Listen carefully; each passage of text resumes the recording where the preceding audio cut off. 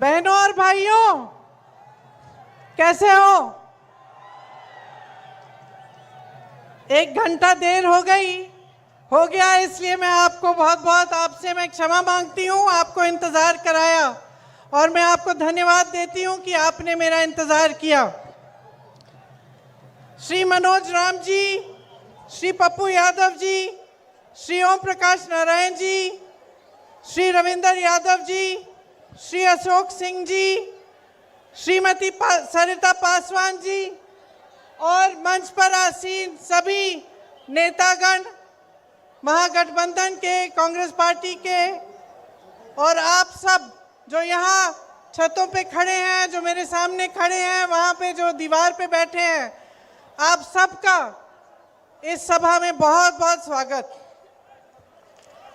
देखिए, ये देवी उग्रतारा, माँ रक्तकाली, माँ कात्यायनी और माता सीता की धरती है। इस धरती को मेरा प्रणाम। ये आध्यात्मिक धरती है। राजा जनक जी की, आदि शंकराचार्य जी की, मंडन मिश्रा और भारती मिश्रा जी की। इस धरती का इतिहास एक ऐसा इतिहास है जिस पर आप सबको गर्व होना चाहिए। आपको सबसे पहले ये समझना चाहिए कि बिहार प्रदेश का और बिहार के वासियों का इस देश के निर्माण में क्या महत्व है। आपने ही इस देश को महात्मा गांधी का संघर्ष दिया। यहीं से उन्होंने अपना स्वतंत्रता संग्राम शुरू किया, जिसकी वजह से आज हम सब यहाँ खड़े हैं। आज आपके भविष्य सामने हैं। आज आपके जितने भी निर्माण के कार्य होते हैं, क्योंकि हम स्वतंत्र हैं, क्योंकि ये देश आज़ाद है, क्योंकि हमारा एक संविधान बना, जिसके लिए महात्मा गांधी ने जो संघर्ष था वो यहाँ से शुरू किया। आप ही ने इस दुनिया को गौतम बुद्ध जी दिए, जिसका नमन पूरा विश्व करता है, जिन्होंने एक रास्ता दिखाया शांति का, अहिंसा का। वैसे ही गांधी जी ने एक रास्ता दिखाया जो इस देश की राजनीति में गढ़ा हुआ है, जिसने इस देश की राजनीति की नींव डाली। जो हमारा संविधान है वो इसलिए पैदा हुआ, इसलिए बनाया गया ताकि इस देश का एक एक नागरिक समानता की दृष्टि से देखा जाए, ताकि चाहे प्रधानमंत्री हो, चाहे बड़ा अधिकारी हो, चाहे गांव में एक महिला हो, चाहे किसी भी जाति का हो, किसी भी धर्म का हो, उसे एक वोट मिलता और उसे एक वोट से इस देश की सरकारें बनती हैं और बिगड़ती हैं। तो हमारे संविधान ने जो आपको सबसे बड़ी शक्ति दी वो आपकी वोट की शक्ति है, और उसी शक्ति को आप इस्तेमाल करने जा रहे हैं। तो सबसे पहले तो इस देश में अपनी जगह को पहचानो, अपनी धरती को पहचानो और अपने आप में आत्मविश्वास रखो, गर्व रखो कि आप बिहार के वासी हो, बिहार के नागरिक हो। देखिए, जो भाजपा की सरकार है और जो एनडीए की सरकार यहाँ बिहार में चल रही है, वो आज आपके वोट को खतरे में डाल रही है। वही जो मूल अधिकार है आपका, जिससे ये देश बनता है, जिससे सरकारें बनती बिगड़ती हैं, उसको खत्म करने की साजिश करते हैं। आपने वोट चोरी के बारे में सुना है कि नहीं? सुना है ना? 65 लाख नाम काटे हैं बिहार में से। इसका मतलब है कि 65 लाख लोगों के अधिकार रद्द कर दिए हैं। कौन से अधिकार? और आपके जीवन में क्या फर्क पड़ता है इसके होने से? सिर्फ ये फर्क नहीं है कि वोट के दिन आप जाकर अपना वोट नहीं डाल सकते, ये फर्क नहीं है। सबसे बड़ा फर्क ये है कि जितने भी आपके अधिकार हैं वो आपकी नागरिकता से और आपके वोट से जुड़े हुए हैं। जितनी सरकारी स्कीमें हैं, सरकार से जो जो मिलता है, चाहे पेंशन हो, चाहे मनरेगा में आप काम कर सकते हैं या नहीं, सब इन चीजों से जुड़ा हुआ है। तो जिस दिन आपका वोट कट जाता है, उसका मतलब है कि आपकी नागरिकता रद्द कर की जा रही है। उसका मतलब है कि जितनी भी सरकारी स्कीमें हैं, सब कुछ ये बाद में आपसे कट जाएंगी। तो ये एक बहुत बड़ी साजिश है और आपको इसको समझना पड़ेगा। तो जब जब आप राजनीतिक दलों, पार्टियों की राजनीति समझते हैं, उनकी विचारधारा को देखते हैं, उनके नेताओं को देखते हैं, तो क्या देखना चाहिए, क्या पूछना चाहिए? आपको हमेशा ये समझना चाहिए कि जो नेता आपके भविष्य के बारे में, आपके वर्तमान के बारे में बात कर रहा है, वो नेता सही है। जो नेता, जो राजनीतिक दल, जिसकी विचारधारा आपके संघर्ष को समझ रही है, वही विचारधारा ठीक है।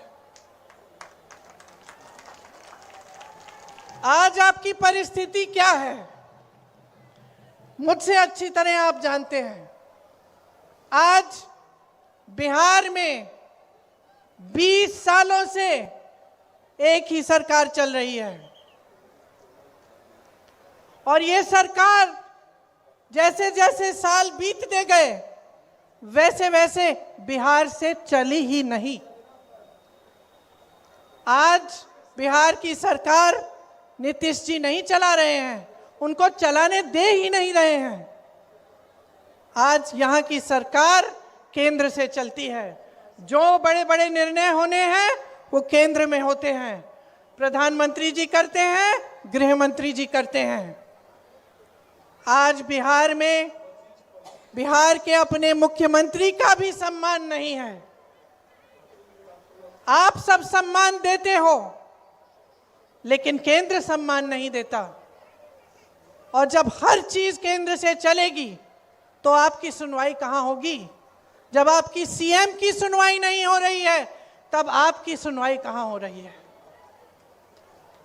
दूसरी बात समझने वाली यह है कि भाजपा के सबसे बड़े बड़े नेता जो हैं, यहां आए भी थे मेरे ख्याल से, गृह मंत्री जी, प्रधानमंत्री जी, क्या बात करते हैं? हमेशा अतीत की बातें करते हैं कि भाई ये इसलिए बिगड़ा हुआ है क्योंकि जवाहरलाल नेहरू ने बिगाड़ा होगा। आज तुम्हारी गांव में टूटी से पानी इसलिए नहीं आ रहा है क्योंकि इंदिरा जी ने कुछ किया होगा। तुम्हारी सड़क की मरम्मत नहीं हो रही है क्योंकि जवाहरलाल नेहरू ने उस समय कुछ गलत कर दिया होगा।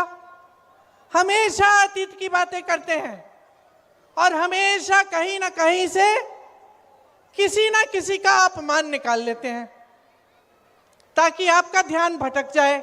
कर्नाटका में चुनाव था, वहां गए, कहने लग गए कि कर्नाटका के लोगों का अपमान किया है विपक्ष ने। बंगाल गए तो बंगाल का अपमान। यहां बिहार आते हैं तो कहते हैं कि पूरे विपक्षी दल के सारे नेता बिहार की जनता का अपमान कर रहे हैं। तो मैं सोच रही थी इनका भाषण सुनते हुए कि मैं एक सुझाव देना चाहती हूं प्रधानमंत्री जी को, क्योंकि उनका समय जो है बहुत महत्वपूर्ण है इस देश के लिए। प्रधानमंत्री और गृह मंत्री जी का जो समय है वो काम करने में जाना चाहिए कि नहीं जाना चाहिए? जाना चाहिए। रोजगार दिलवाने में जाना चाहिए कि नहीं जाना चाहिए? बेरोजगार हो ना तुम, बेरोजगार हो ना, पढ़े लिखे भी होगे, पढ़े लिखे हो लेकिन बेरोजगार हो। तो प्रधानमंत्री जी का जो समय है वो रोजगार दिलवाने में, विकास लाने में, बड़े बड़े उद्योगों को लगवाने में लगना चाहिए। इसीलिए मेरा सुझाव ये है कि वो एक नया मंत्रालय बना दें और उसका नाम रखें अपमान मंत्रालय। क्यों? अच्छा सुझाव है पप्पू जी। एक अपमान मंत्रालय बना दें ताकि उनका समय व्यर्थ ना हो। वो बड़ी बड़ी सूचियां निकाल देते हैं कि हमें इसने गाली दी, उसने गाली दी, इसने हमारा अपमान किया। तो खुद क्या बैठ के सूची बनाएंगे? अपमान मंत्रालय बना देगा और जब आप अपनी नौकरी, अपने रोजगार के लिए धरना प्रदर्शन करोगे और उनको लगेगा कि देश का अपमान हो रहा है क्योंकि कोई सवाल उठा रहा है, तो अपमान मंत्रालय बुला ले आपको, है कि नहीं? और जब कोई अध्यापक या कोई महिला या कोई संविदा कर्मी अपने अधिकारों के लिए सवाल उठाए तो इनको लगता है कि देशद्रोही हो रही है, इनको लगता है कि देश का अपमान हो रहा है, तो अपमान मंत्रालय को बुला ले, अपमान मंत्रालय कार्रवाई करे, है कि नहीं? अपना समय क्यों व्यर्थ कर रहे हैं? और इस अपमान मंत्रालय में मेरा यह भी सुझाव है कि मेरे परिवार के बारे में जितनी इन्होंने गालियां दी और जितना उल्टा सीधा बोला उसका भी रिकॉर्ड रखा जाए, एक लाइब्रेरी पूरी बन जाएगी किताबों की, भर देंगे उनको। क्योंकि अफसोस की बात यह है कि इन फिजूल की बातों में आपका समय बर्बाद किया जा रहा है। इनके नेता मंच पे आते हैं, आपकी बात नहीं करते, ये नहीं बताते हैं कि आपको कितने रोजगार देंगे, ये नहीं बताते हैं कि बिहार में जो इतनी अच्छी शिक्षा की व्यवस्था थी, जो आईपीएस, आईएएस, आईएफएस के बड़े बड़े अधिकारी भेजती थी देश में, वो ठप क्यों हो गई? बताते नहीं है कि पेपर लीक क्यों हो रहा है आपका, कि जो ये नौजवान सारे यहाँ खड़े हैं, पढ़ते हैं, लिखते हैं, सालों ये संघर्ष करते हैं, पेपर देते हैं भर्ती के लिए और पेपर लीक हो जाता है, रद्द हो जाता है, कोई घोटाला हो जाता है, कोई पैसे ले रहा है उसमें से। ये नहीं बताते कि क्यों हो रहा है और उसको रोकने के लिए क्या करने जा रहे हैं। जो ये बड़े बड़े भाजपा के नेता हैं वो आपको सामाजिक न्याय की बात नहीं करेंगे आपके सामने, वो ये नहीं कहेंगे कि आपका हिस्सा, आपका हक आपको मिलना चाहिए। जो बड़े बड़े भाजपा के नेता हैं वो आपको ये नहीं बताएंगे कि बिहार में इतना भ्रष्टाचार क्यों हो रहा है, कितने घोटाले हो रहे हैं, कि जो पैसा आपकी स्कीमों के लिए, आपको आगे बढ़ाने के लिए, आपके विकास के लिए दिया जा रहा है, वो पैसा कोई खा रहा है, वो पैसा आपके पास पहुंच नहीं रहा है। ये बातें नहीं कर रहे हैं। मेरी बहनें यहाँ खड़ी हुई हैं, आपके संघर्ष को कौन पहचान रहा है? कौन पहचान रहा है? खेती में काम करती हो, घर के बाहर अगर जाती हो काम करने के लिए, घर आके भी काम करती हो, सोती नहीं हो जब तक बच्चों ने खाना खा लिया है, जब तक परिवार के सब सदस्यों ने कुछ खा लिया है, कभी कभी खाली पेट सो जाती हो, सुबह सबसे पहले उठती हो, इस समाज का पूरा बोझ तुम उठाती हो। परिवार की परवरिश, बच्चों की परवरिश, परिवार का देखभाल, बड़ों का देखभाल, छोटों का देखभाल, सब आप कर रही हो। कोई पूछने वाला है? किसी ने आपको कुछ दिया? अब चुनाव आ रहा है तो 10,000 रुपए दिए जा रहे हैं। ये 10,000 रुपए जो आज दिए जा रहे हैं 20 सालों के लिए कहां थे? आपको 20 साल क्यों इंतजार करना पड़ा इसके लिए? आपका मजाक क्यों उड़ाया जा रहा है? चुनाव के एक हफ्ते पहले ये ऐलान करते हैं कि 10,000 रुपए देंगे और अब बांटना शुरू, तो ये पैसे कहां थे इससे पहले? क्या इससे पहले महिला संघर्ष नहीं कर रही थी? क्या इससे पहले महिला भूखी नहीं सो रही थी? क्या इससे पहले महिलाओं पे अपराध नहीं हो रहा था? 20 सालों से आप सरकार में हैं, आज सूझा है आपको ये? इसका मतलब क्या है बहनों? समझ लो अच्छी तरह।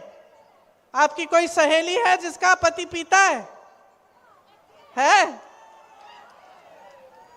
रोज घर आके मारता होगा, तो रोज घर आके अगर मारता है और एक दिन अचानक कहने लगा कि लो मैं तुम्हारे लिए एक महल बनाने वाला हूं, अब मैं तुमको बहुत अच्छी तरह रखूंगा, मैं कभी तुम्हें मारूंगा नहीं, मैं हमेशा तुमसे अच्छी तरह बात करूंगा, तो तुम क्या कहोगी अपनी सहेली को? इसकी बातों में मत पड़ो बहन, यही कहोगी ना? कहोगी इसकी बातों में मत पड़ो बहन, जो ये रोज करता है उसको देखो, आज कह रहा है कल फिर से पीटेगा, यही कहोगी ना? यही कहोगी ना? क्योंकि महिलाएं जो हैं नियत को पहचानना जानती हैं। मैं भी महिला हूं, मैं जानती हूं, नियत को पहचानना जानते हैं हम जानते हैं कि कौन करता है हमारे लिए और कौन नहीं करता। हम जानते हैं कि 20 सालों से हम भटक रहे हैं, हम संघर्ष कर रहे हैं, हमारी कोई सुनवाई नहीं है। और चुनाव के 1 हफ्ते पहले आपने 10,000 रुपए देना शुरू कर दिया। बहनों, 10,000 रुपए ले लो, लेकिन अपना वोट मत दो।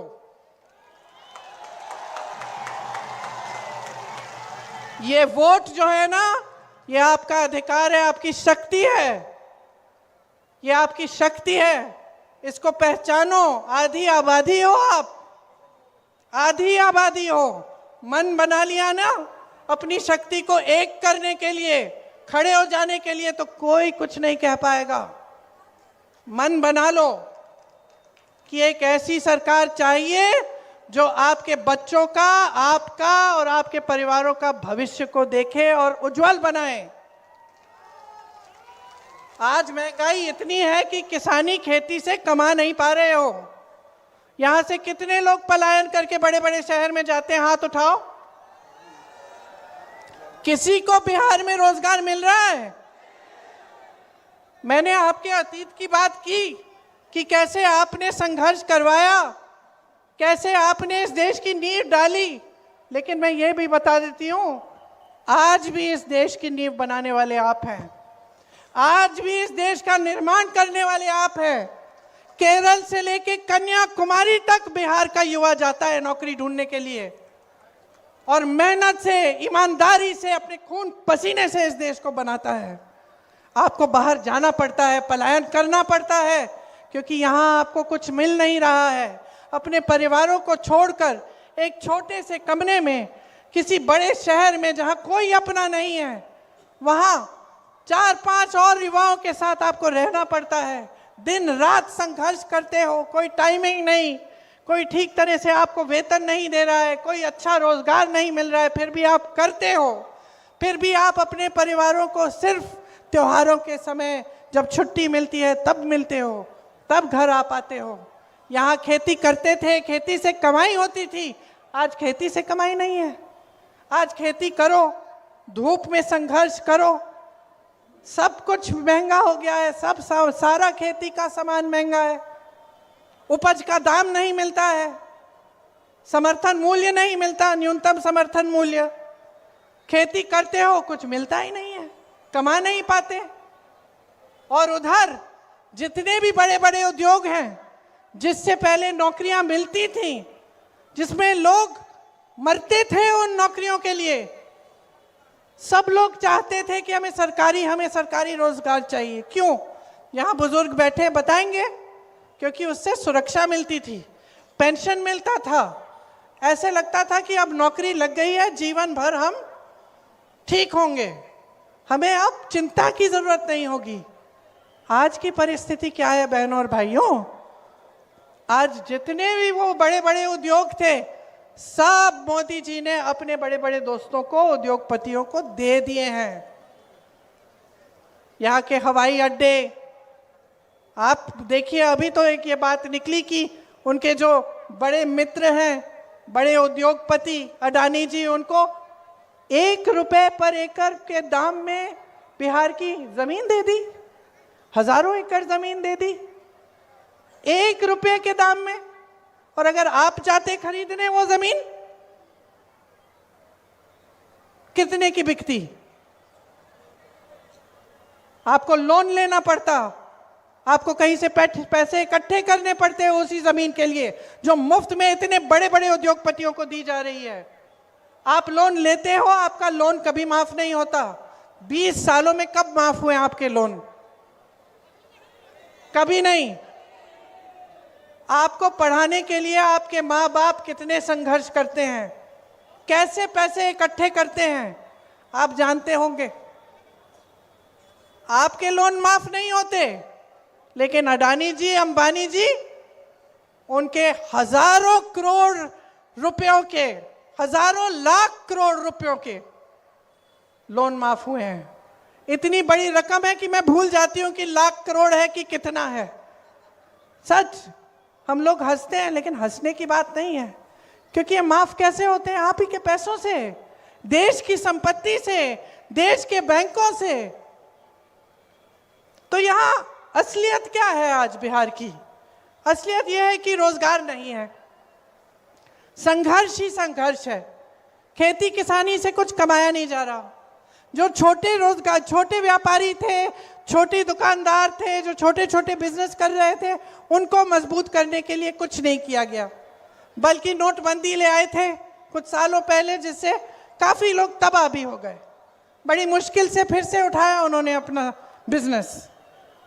तो ना आपको रोजगार मिल रहा है, ना शिक्षा की सुविधाएं हैं, ना महिला सुरक्षित है, ना महिलाओं के लिए रोजगार है। तो 20 सालों में किया क्या है इन्होंने किया क्या है? आप बताओ। कुछ नहीं किया। क्या आप चाहते हैं कि आप रोजगार के लिए कहीं और जाएं? क्या सब ये नहीं चाहते कि अपने परिवार के साथ रहें, कि अपने बच्चों को पास रखें, बच्चों की परवरिश में शामिल हो? क्या सब नहीं चाहते कि यहीं पे रोजगार मिले, शिक्षा मिले, यहीं पे भविष्य उज्जवल हो? सब चाहते हैं। कोई ऐसा नहीं है जो चाहता है कि कहीं दूर दराज जगह जाके अपना जीवन बनाए, अपना भविष्य बनाए। यहाँ पे बहुत मुद्दे हैं। बाढ़ आती है, जो कोसी नदी है उसमें बाढ़ आती है हर साल, और आपको बहुत दिक्कत होती है। बहुत गरीबी है इस इलाके में। हमारे समय में जब कांग्रेस की केंद्र में सरकार थी तो बाढ़ को राष्ट्रीय आपदा घोषित किया था, ताकि अगर बाढ़ आती थी, नुकसान होता था, तो आपको केंद्र सरकार की तरफ से कुछ मिल जाता था नुकसान को रोकने के लिए, ताकि आप कुछ कर सकते हैं उसके साथ। आज कुछ नहीं मिलता है आपको। यहाँ के जो धर्म स्थल हैं उनका कितना विकास हो सकता है? किसी ने किया है 20 सालों में? सहरसा में कोई विकास नहीं है, कोई बड़ा अस्पताल नहीं है, कोई अच्छे शिक्षा के संस्थान नहीं है। यहाँ का जो रेलवे ओवरब्रिज है, कितने समय से बनना है, अभी तक नहीं बना।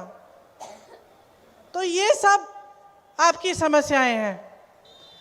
और अगर जब तक आप एक एक नेता को इन समस्याओं के लिए जिम्मेदार नहीं बनाएंगे, जब तक आप अपनी आवाज उठाएंगे नहीं, जब तक आप अपनी शक्ति को पहचानेंगे नहीं, जब तक आप हर नेता को ये नहीं कहोगे कि तुम यहाँ आकर मुझे वादे करोगे, अगर पूरा नहीं हुआ तो तुमको निकाल देंगे, खदेड़ देंगे, तब तक कुछ नहीं बदलने वाला।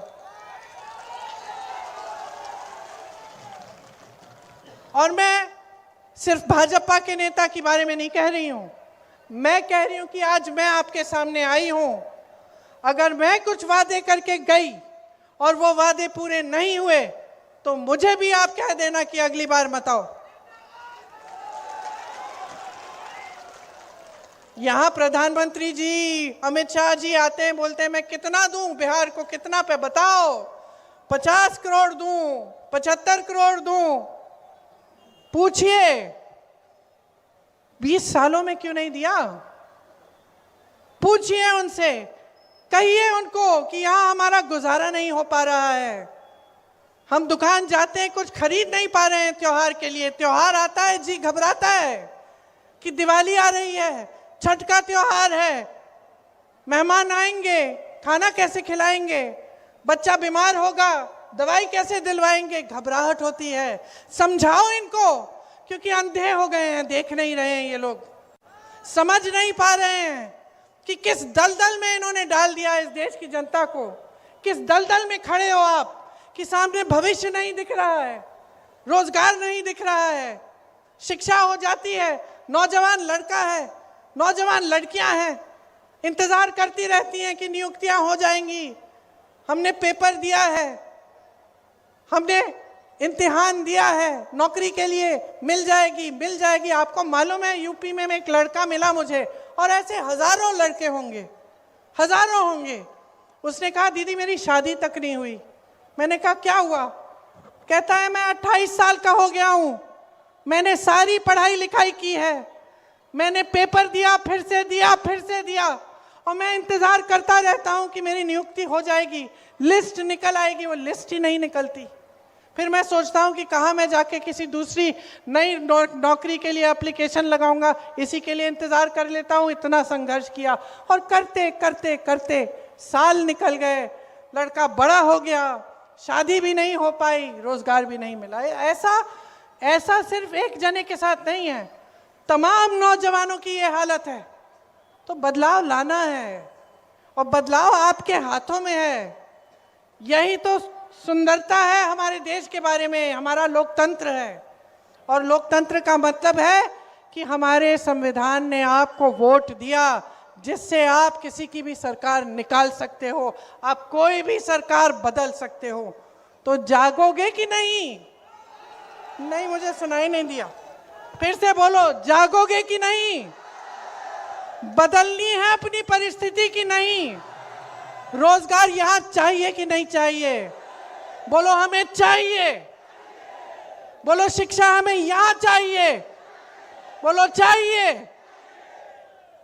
और अपना मन बनाओ, चुनाव आ रहा है, आने दो सबको मंच पे, देने दो बढ़िया बढ़िया भाषण, सुन लो सबकी बातें, लेकिन उनकी बातों का आकलन करो। अपनी समझदारी, अपने विवेक का इस्तेमाल करो। क्या किया है उन्होंने 20 सालों में, उसको ठीक तरह से समझो। खास तौर से मेरी बहनें, हमें लगता है कि कोई हमें कुछ दे रहा है तो हमारा भी उनके प्रति कोई एहसान होता है, चलो 10,000 रुपए दे दिए, हम वोट डाल देते हैं। नहीं नहीं बहनों, नहीं।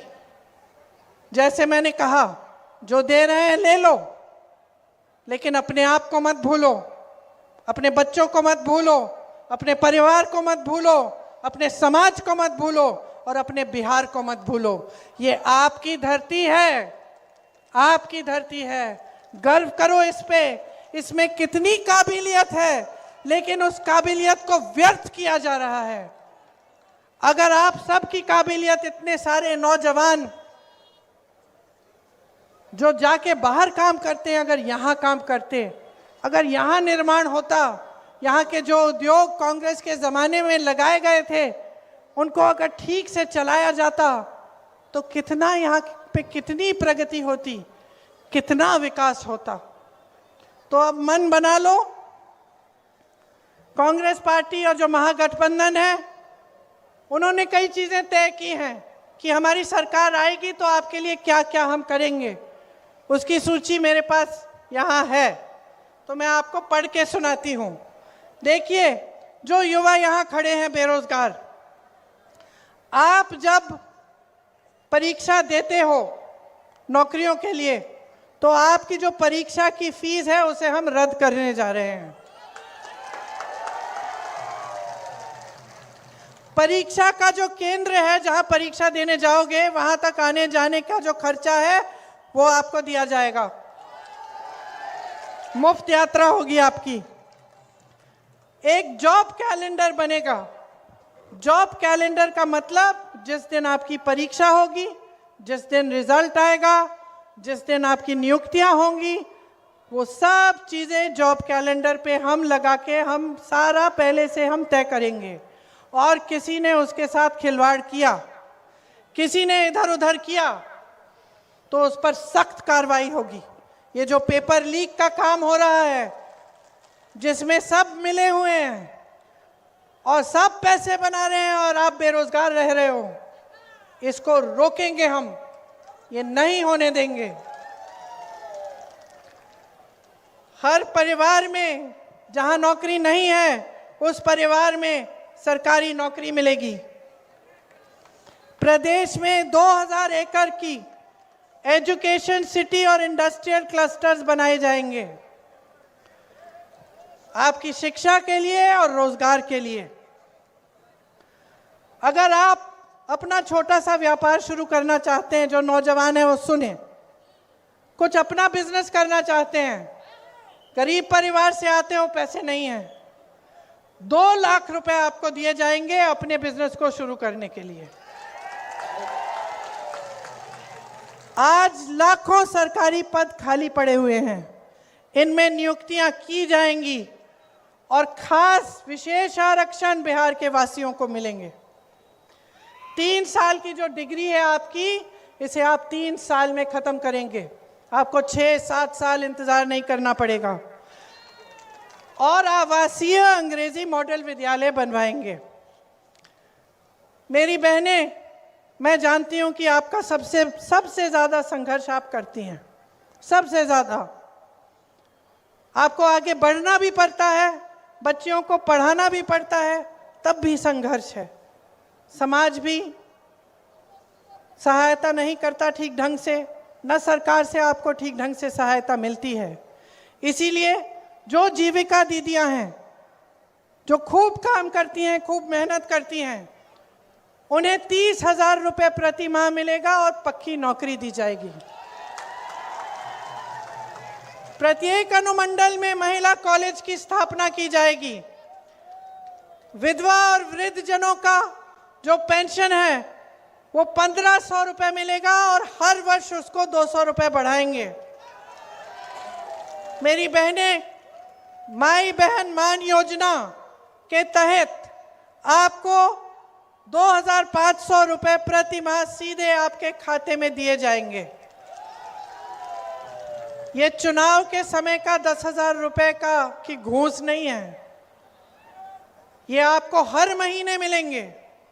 आज आपको 10,000 मिल रहे हैं, क्या पता आगे वो दें या ना दें जब चुनाव खत्म हो जाएगा। 20 सालों से तो दिया नहीं। लेकिन आप कांग्रेस की सरकारों को देखो, कर्नाटका में, तेलंगाना में महिलाओं को हर महीने पैसे मिल रहे हैं और उसी तरह से हम यहाँ पे भी करेंगे।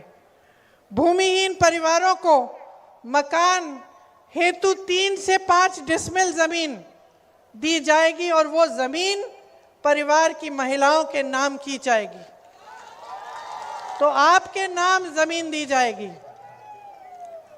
राजस्थान में कांग्रेस की सरकार थी, वहां 25 लाख रुपए स्वास्थ्य बीमा मिलता था। इसका मतलब है कि कोई भी इलाज हो, कोई भी बीमारी हो, कैंसर हो, हार्ट की बीमारी हो, आपको हार्ट का ऑपरेशन कराना है, आपको कैंसर के लिए कीमोथेरेपी का इलाज कराना है, आपको 25 लाख रुपए तक मुफ्त का इलाज मिलेगा। फिर से खोखली बात नहीं है, ये किया था कांग्रेस की सरकार ने राजस्थान में। मैं खुद मिली उन लोगों से जिनकी पूरी हार्ट की सर्जरी हुई और 1 पैसा 1 रुपया नहीं देना पड़ा।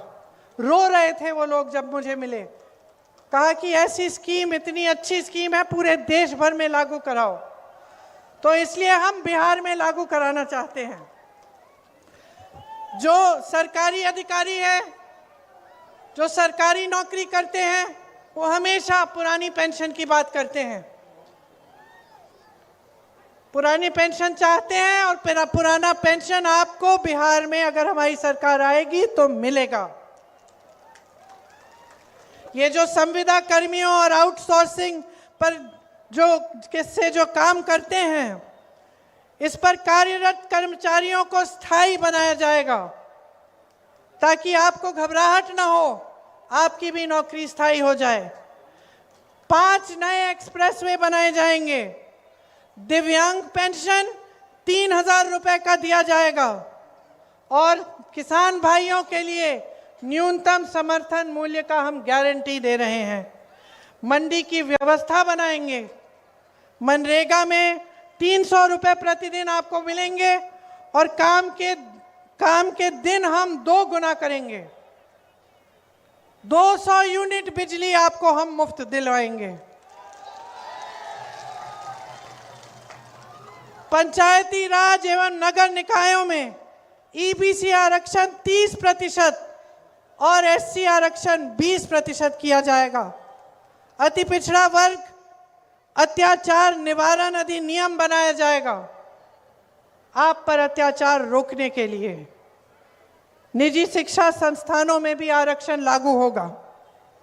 ये सारे काम हम करना चाहते हैं और हम चाहते हैं कि बिहार का एक एक वासी आगे बढ़े, कि आपकी प्रगति हो, कि ये जो पलायन की जो समस्या है ये खत्म हो जाए, कि आपको यहाँ रोजगार मिले, आपके हाथ यहाँ मजबूत बने।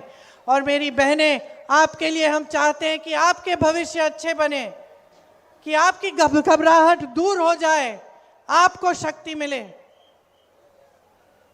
तो आप अगर अपने आप को, जनता को मजबूती देने का काम करना चाहते हैं तो आप महागठबंधन की सरकार लाइए। आइए, इनको जानते हैं आप? जानते हैं? ये खूब संघर्षशील है, मेहनती है और ईमानदारी से आपके लिए काम करेंगी। सरिता पासवान जी महागठबंधन की यहाँ की उम्मीदवार हैं। आप इनके हाथ मजबूत करिए, इससे आपकी शक्ति बढ़ेगी, आप मजबूत होंगे और आपका एक उज्जवल भविष्य बनेगा।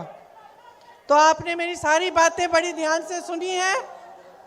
आशा है कि जिस दिन पोलिंग है, जिस दिन आपको वोट डालने जाना होगा, उस दिन भी आप मेरी बातों को याद रखेंगे, अपने दिल में रखेंगे और अपना वोट अपने ही लिए डालेंगे। बिहार के लिए, अपने परिवार के लिए, अपने गांव के लिए, अपने समाज के लिए, अपने शहर के लिए, अपने महान प्रदेश के लिए जिसने इस देश का निर्माण किया। एक बार मेरे साथ बोलिए, बिहार की धरती की जय।